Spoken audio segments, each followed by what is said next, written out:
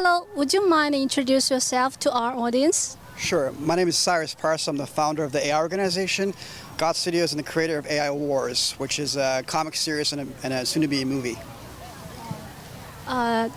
Did you see the parade today? I came to the latter parts of it. A lot of people, yellow shirts, and a lot of positive energy and good music. Yes. Do you know why we have this event today? You're gonna have a candlelight vigil. I believe it's for July 20th. Is that correct? Yeah. Have you heard about Falun Dafa before? As I said, I have. I discovered in the year 2000 when I saw people being in fear when they're meditating in parks, and then putting in police cars and well, not really police, the fake police. In China, the Communist Party is different. And then me being a history buff and studying all the world's history, particularly China, I realized that yes, the Communist Party is stamping down on Buddhism and Taoism and any faith or any artist or group of people they don't like. So yes. So you know the persecution of Falun Gong in China? 100%. I've actually spoken out against persecution. I've brought people for talks about it. In my PhD, in my master's program, we went over many groups of people that dealt with China, because I have a master's in Homeland Security, and my emphasis was on anti-terrorism and emergency response, but also with marginalized groups. So a marginalized group would be, Tibetans, Uyghurs, but especially here today, the Falun Dafa practitioners, who have endured persecution since 1999. What do you think we can do more to stop the persecution and bring more awareness about this issue? Well, I think it has to do with people speaking out and telling the truth. For instance, I personally warned of the bioweapon I had at Intel, the Wuhan lab, and I tried to warn many other media outlets, and the only one that actually reported it was Tuidang and the Vision Times.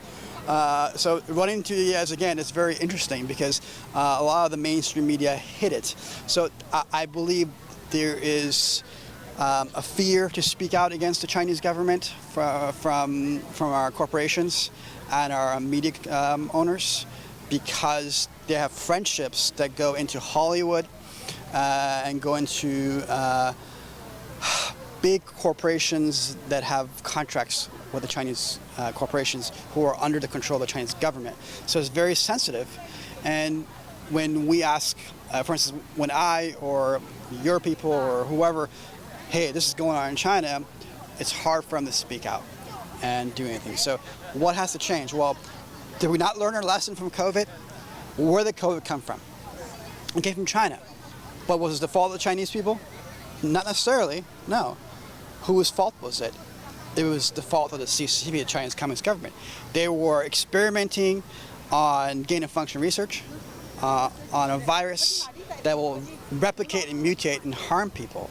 And they were doing this on a facility that's not, it was subpar and who shouldn't be accepted. And when the outbreak happened, they lied about it, and they let it spread everywhere. So the Chinese Communist government first played with dangerous bioweapons illegally, and then they let it spread and didn't tell anyone at the beginning, and they lied about it. And then it caused everyone to receive forced mandates, whether it was lockdowns or vaccines that you may wanted or may not want to take. Either way, it caused the world to have issues, and all these conflicts that we see between Russia, Ukraine, North Korea, Iran, Israel, Palestine, and the Arab world, all these have been re-triggered like a clock because of what the CCP did, with the creation of this bioweapon and the lying about it. And then the most important thing that our media people failed to do was to speak out against the CCP in a harsh way. And that caused many deaths and loss of freedoms, and it trickled down to global wars. So my movie, AI Wars, Alien Invasion, it's actually meant to de-escalate global tensions and prevent global wars with nuclear weapons, hypersonic weapons, by altering people's perspectives in way of art and music and movies. That's my goal, and I will try to help everyone, including your people. But yeah, I hope that people speak out against the CCP more, and are not afraid, it has to do with fear. It really, deep down in their subconscious, on their unconscious, it has nothing to do with money. It has to do with fear. People are afraid, and they don't want to button the things that they think are too far away. But how that little tiny virus replicate and explode and come over here or around the entire world. So we didn't speak out against the Chinese government for 20 years because they enslaved the Falun Dafa people and the Tibetans, and then we were enslaved ourselves. So that's why we should speak out, so bad stuff like this doesn't happen in the future. Yeah. I heard that you have a YouTube channel with many followers. Have you talked about this issue, this kind of issue, CCP evil or lie, on your YouTube channel, and what's the audience feedback? Yeah, I have a YouTube channel called The AI Organization. I'll have another one called The Third Eye Perspective with Cyrus Parsa coming out on Monday. And I have about 36,000 followers on there. My X account is Cyrus A. Parsa1, CYRUSAPARSA1. 53,000 followers. I'm verified there. Instagram, about 8,000 followers, the same thing. And I have Gitter, about 60,000 followers, and some other accounts. I'm an author of multiple books. One is called Artificial Intelligence, Danger to Humanity. That was published in October 20, 2019.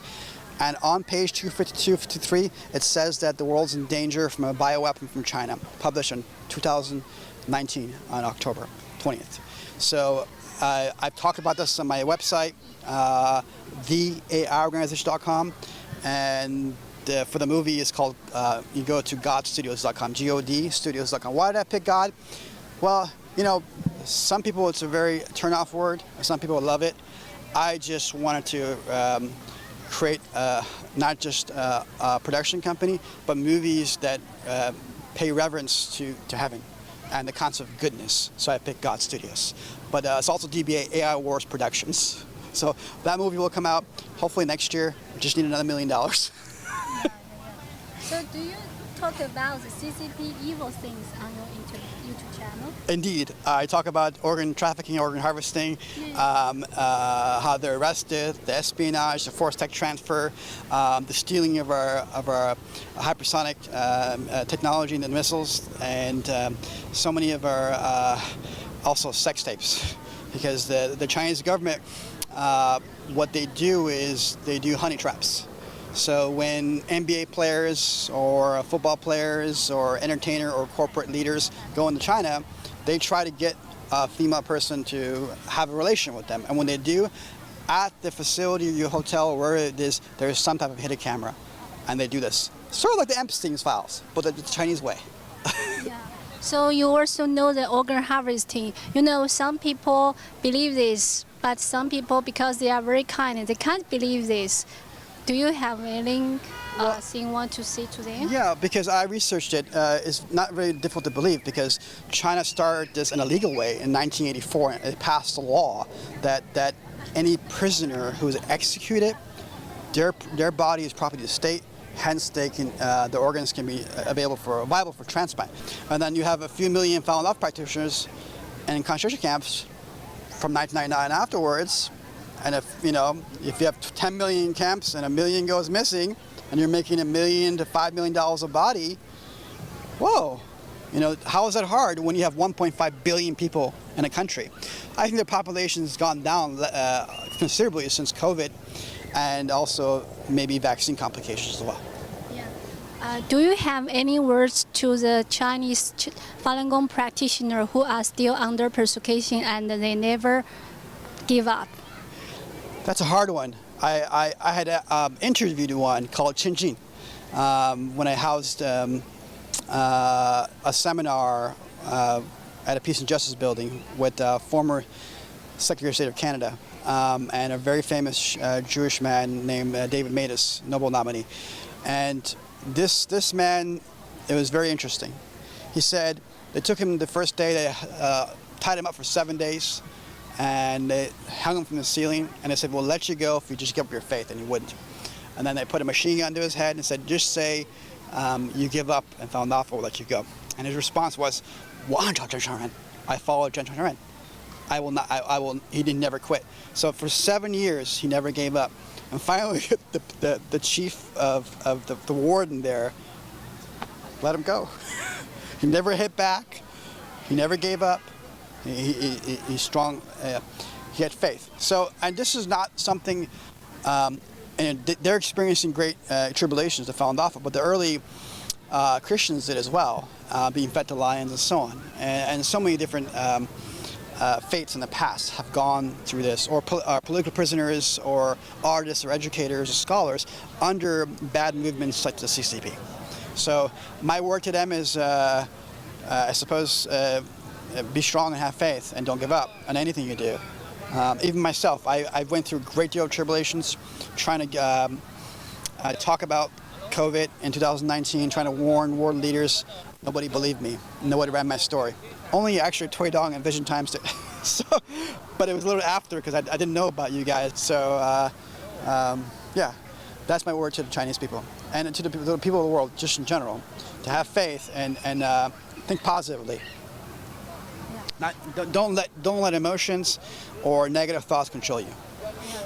There are more than 430 million Chinese people quit the CCP, and more than 4 million international people signed the petition of end the CCP campaign. How do you feel like it?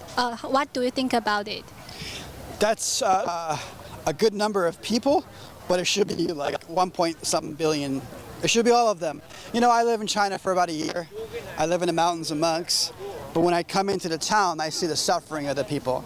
I see a very small class of people who are rich. They have money and cars, but they seem very depressed and sad. And these people were like gangsters, maybe a third of them, it seemed like, because the CCP was whoever was the CCP. And the other 2/3 were being controlled and were bought by the CCP. So when us Westerners think of China, when we go there, and we think, oh, they're happy or they're prosperous, you're not seeing the other 1 billion people. You're seeing what the CCP or the Chinese government has programmed for you to see. And maybe 200 million people are okay or well off, but the other 1 billion are either enslaved mentally, financially, or some of them physically, like the Falun Dafa people and Tibetans and Uyghurs and so on. Yeah. Because now we are in the United States, can you please talk more about the importance of signing the CCP petition for the American and China and international people? I think it's important because when you sign something, you're giving not just your mind, but you're contractually, physically with your mind, saying you don't support this and you want this ended. So it's a great gesture to do that. Okay, thank you very much. You're welcome. Thank you. Thank you. Thank you.